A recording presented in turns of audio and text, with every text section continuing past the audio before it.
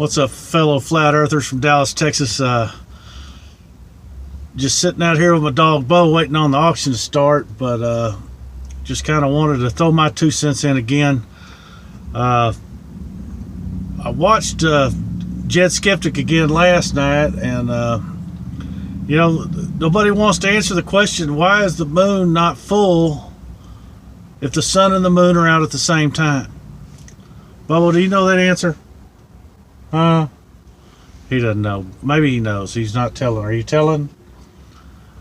But anyway, you know, I've been watching this situation for 2 years. I was around when Mark Sargent released his first video, the very first day. I had it on the internet and watched his first clue when he was a rookie, trying to get his spiel together. You know, it took him a while to get going, kind of like me. You know, to be able to pull the camera out or the microphone out and just talk to people about it. But you know, the problem is that nothing's gotten solved.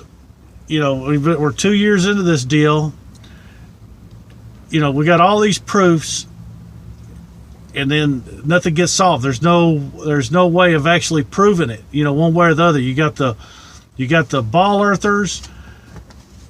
You know, they talk about the eclipse and this and that. But it's like the moon. Why isn't the moon full if the sun and the moon are out at the same time? You only see one side of the moon. Everybody in the world, it does not spin. So we don't even know that it's a round ball. All we see is a circle up in the sky. But basically, you know, they say that the shadows on the moon are caused from the shadow of the earth on the moon. That's why you have the different phases of the moon.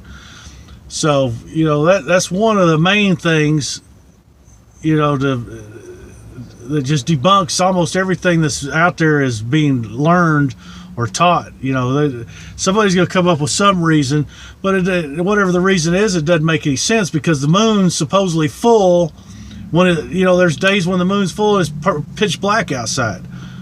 You know, but you know, I like Jazz Sinclair.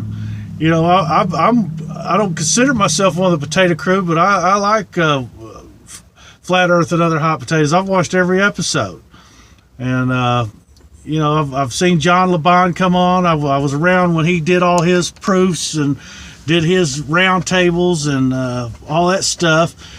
You know, I even guess that John LeBon had a ponytail and wore flip-flops before he ever even showed his face. So, you know, I know how some of these people think. You know, I like Jed Skeptic, but you know, it's almost like he's a disinformation agent himself, because he, you know, I was asking this question in his chat last night, but nobody wants to answer the question. Bubba, do you know the answer? Huh? But anyway, I don't know what we're going to have to do to prove this thing, but, you know, I'm one of these can-do type people. You know, we can sit around and talk about it, but the point being is until either somebody gets in a jet like the Concorde and follows the sun around the world, nothing's going to get done. I mean, you see no curvature. They get the cameras. There's no curvature. You drive on roads, you go 1,000 miles, and there's no difference in curvature other than the hills or the gullies or whatever that you're going on the highway. But like here in Texas, when you're going from North Texas to South Texas and you're going south, you're not going downhill. I mean, I don't get it. You know, one of these days here real soon, it needs to be proven. I mean, they're going to throw up all these obstacles in front of us, but everybody needs to get their mind together. It's like right now they've got a deal where they have enough investors right now to bring back the Concorde. They have enough money and people. If you look up Concorde being put back in commission, it'll pull up a group of people that are working on, and the money's already there to refurbish and put it fly it up in there. But you know, as in, if we can't do it that way, then what we're going to have to do is get somebody to follow the sun with different airplanes around the world, where they take off because they're not going to be able to outrun the sun or catch up to the sun, so they're actually going to have to take off before it and watch it come in behind them when they land, and then somebody else take off and go all the way around the equator that way, or do it I'm not sure, but everybody needs to put their heads together and just figure it out. I mean,